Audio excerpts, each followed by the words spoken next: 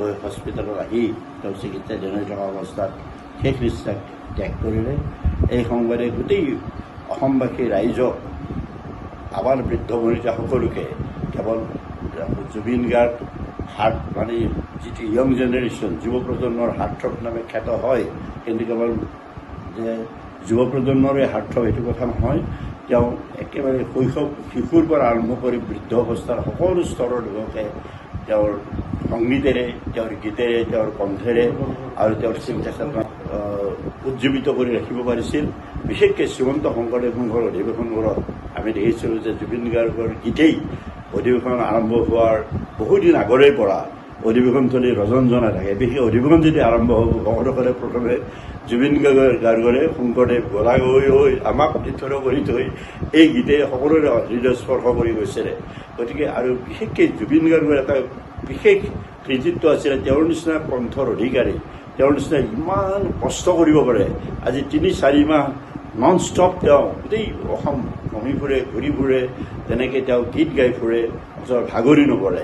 এনেকৈ ঈশ্বৰ প্ৰদত্ত গুণ তেওঁৰ আছিলে। কণ্ঠটো অপূৰ্ব কণ্ঠ। মই ব্যক্তিগতভাৱে জুবিন গাৰ্গক কেইবাবাৰো লগ পাইছোঁ আৰু তেওঁৰ কেইটামান শিল্পী হিচাপে তেওঁৰ অনন্য আছিল, এইটো আমি নিশ্চয় স্বীকাৰ কৰিব লাগিব। ভূপেন হাজৰিকাৰ পিছত অসমক হাৰে হিমজুৱে ভাল পোৱা অসমৰ এই গোটেই স্থূলুৱা সংস্কৃতি একেবাৰে আগৰ বিশ্বৰ বুকুত স্থাপন কৰিবলৈ যোৱা দ্বিতীয়গৰাকী শিল্পী আছিল জুবিন গাৰ্গ।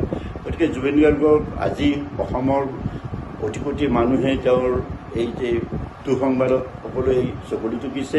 আমি শ্ৰীমন্ত শংকৰদেৱ সংঘৰ পৰা তৰফৰ পৰা তেওঁৰ আত্মাৰ সদ্গতি কামনা কৰিছোঁ আৰু আমাৰ অপূৰণীয় ক্ষতি হ'ল বুলি ভাবিছোঁ যে আমাৰ যিবিলাক বিশেষকৈ দিহানামকে ধৰি, থিয়নামকে ধৰি, টোকাৰী গীতকে ধৰি এই ভকতিমূলক গীতবিলাক তেওঁ যি ধৰণে প্ৰাঞ্জলভাৱে উপস্থাপন কৰিছিলে তাৰ মানে তুলনা নাই। গতিকে আমি আশা কৰিছোঁ যে আমাৰ জুবিন গাৰ্গৰ এই স্মৃতি আমাৰ যুগমীয়া হৈ থাকক।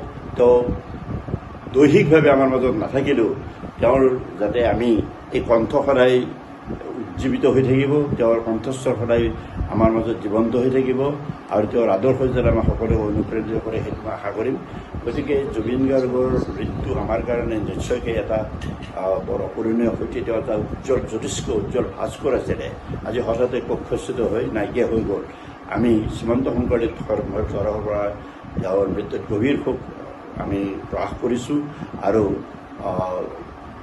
বৈকুণ্ঠই আমি আত্মাৰ সদ্গতি কামনা কৰি ভগৱন্তৰ চৰণত প্ৰাৰ্থনা জনাইছোঁ।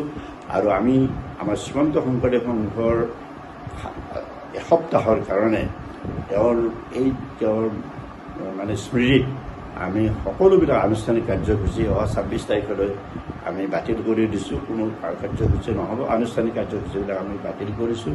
গতিকে আমি এই ধৰণে পৰৱৰ্তী সময়ত হয়তো তেওঁৰ আৰু স্মৃতি যুগুমীয়া কৰিবৰ কাৰণে যদি কিবা কৰিব লগা থাকে আমাৰ নিশ্চয় কৰিম আৰু ভগৱন্তে তেওঁক আত্মাক চিৰশান্তি প্ৰদান কৰক, গভীৰ শান্তি হওক আৰু পৰিজনবৰ্গ লৈও আমাৰ শ্ৰীমন্ত শংকৰদেৱ সংঘৰ তৰফৰ পৰা আমাৰ সমবেদনা জ্ঞাপন কৰি ভগৱন্তৰ চৰণৰ প্ৰাৰ্থনা